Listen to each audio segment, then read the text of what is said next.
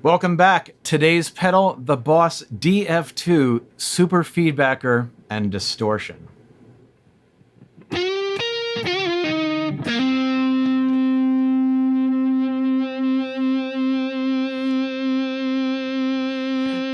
you can go have a bite and you'll still be hearing that.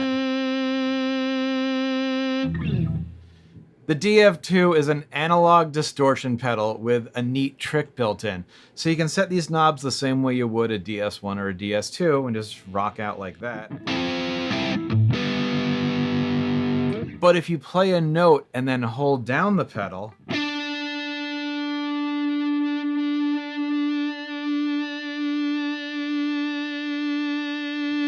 the little red light starts to blink and it holds that note, plus it adds in an overtone 1 octave higher. That's what this overtone knob on the right controls.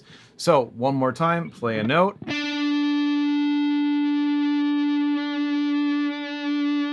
Hold the pedal, that's your feedback.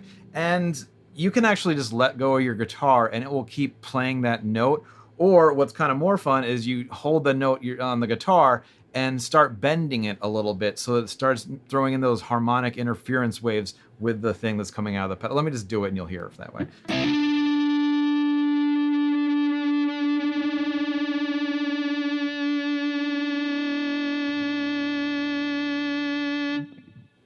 So that's fun. No complaints about the distortion. It's definitely something like a DS1 or a DS2 in there, but what about that feedback effect? I mean, who needs that, right? Well, two things come to mind. First, I know I mentioned a while ago playing in a cover band, and doing those songs at a reasonable volume was key to getting invited back. So I had to keep my amp volume in check. And something like this might have gone a long way in letting me bring out that last note of a solo or a song or a set without needing to set my amp really loud. Second, the effect works on here even if the distortion is set kind of down low, so you can use it to ring out a drone note like this.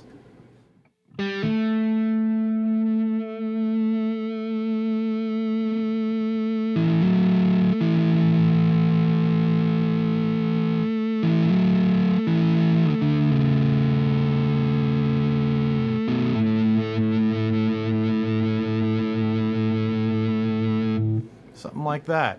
Something else to know about the overtone effect is that it only works for single notes.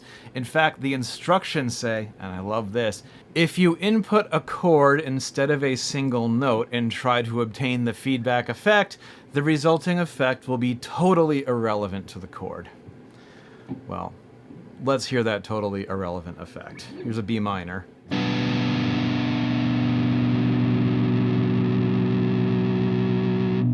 G.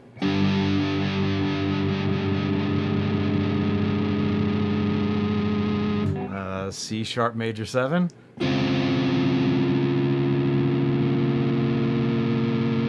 All right, so it's kind of got a mind of its own, but that might actually help with like a songwriting prompt or something. So the instructions are right, once again. Something else to know about this effect is the feedback effect stops the instant you step off the pedal. So